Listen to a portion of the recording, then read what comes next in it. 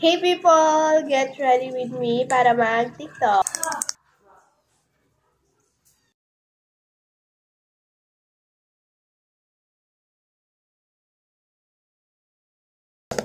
So, long time no see sa pag-get ready with me.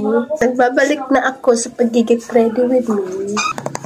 Ngayon na nga lang ulit ako nakapag-get ready with me. Kasi, ngayon na lang ulit pumasok sa isip ko mag-get ready with me. Kasi wala naman talaga ako mga pinupuntahan para mag-get ready with me. Hindi rin ako nakakapag-get ready with me pag pumapasok ako. Kasi nga, is masyadong maaga yung klase namin. And wala rin akong time para makapag-get ready with me. Minsan nga sinusubukan ko talaga pero talagang kailangan magmadali. Like, madaling-madali talaga. Kaya yung naging last content ko talaga is puro lip sync tsaka nagagawa ng makeup, ganon, paggawa ng makeup. Dahil nga wala akong mag-get ready with me, ay talagang naghahanap talaga ako ng maiko-content. Nabulok na rin talaga tong account ko na to. Kasi wala nang masyadong content na nai-upload. Oh my gosh, guys. Nakalimutan kong dagdagan ng medyo brown. Itong foundation ko kasi sobrang puti nito. Pero, bawin na lang tayo sa contour.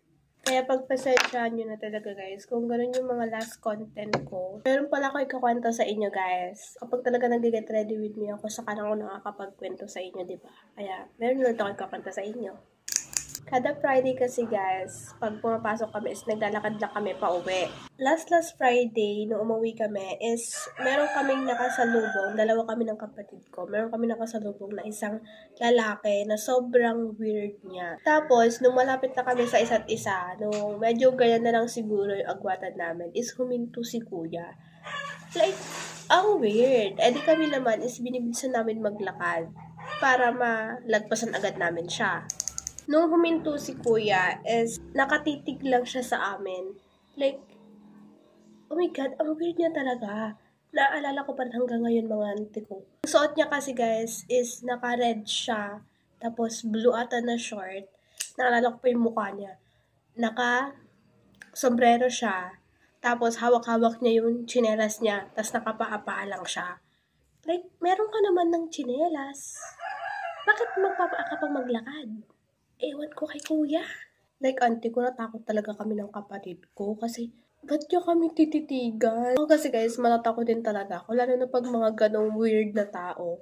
Kasi, di ba, last week is yung mga balita is mga barilan, ganon, mga pinapatay, ganon.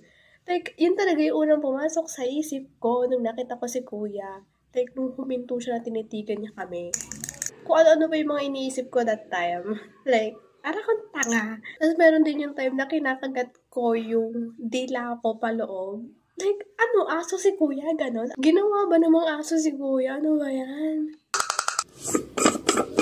Nung nalagpasan na namin si kuya, is saka lang siya ulit lumakad. Like, nakisabay siya, pabalik siya ulit. Yung mga oras na yun is talagang kinabahan na talaga ako. Mga oras na yun is balak pa talaga namin tumakbo ng kapatid ko, pero sabi ko wag, baka habulin kami. Pero hindi kami tumakbo kasi baka habulin nga kami. Tapos, nung medyo nakalayo na kami kay kuya, is huminto na rin siya. Kasi talagang binilisan talaga namin maglakad, auntie ko. Nung sinilip ko siya, nung nag-look back ako sa kanya is, look back! Oh my God! Dahil nga, nung nag-look back ako kay kuya is tumigil naman na siya. Tapos, sumilok siya dun sa may isang maliit na bahay na parang kubo, ganun. Sumilok siya dun.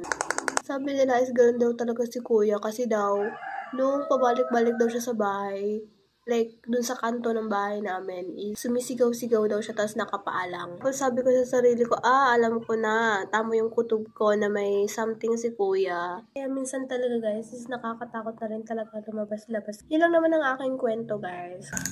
Meron pa pala akong tinanong dati sa may kapatid ko. Nung medyo nakalayo na kami, is tinanong ko sa kanya, bakit di ka tumakbo? Sabi ko sa kanyang ganon. Ang word ni kuya, no? Sabi ko sa kanyang ganon. In Ilocano, guys, ha?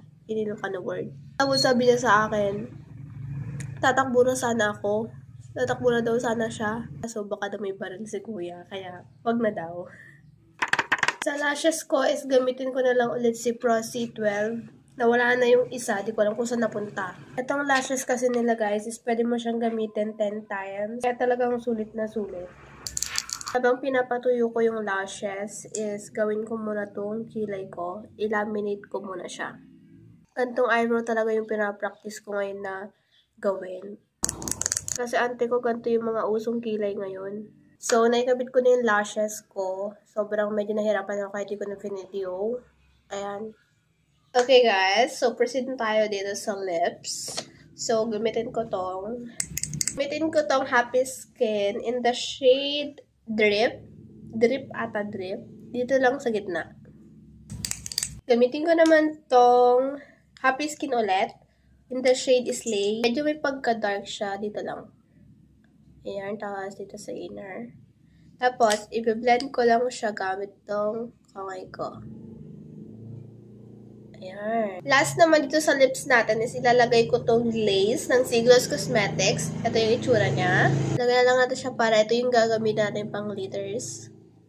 So, magka-highlighter naman na tayo. Gagamitin ko tong highlighter ng Siglos Cosmetics in the shade Bright.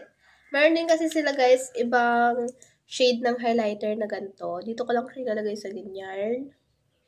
Ayan. Tapos ilong. Nandito. And lagay lang natin sa lips ng babae. Dito sa taas. Tapos lagyan na rin dito. And dito. Lagyan na yung lashes natin. Kapalit lang ako ng damit. Tsaka ayusin ko lang itong buhok ko. And babalik ako guys.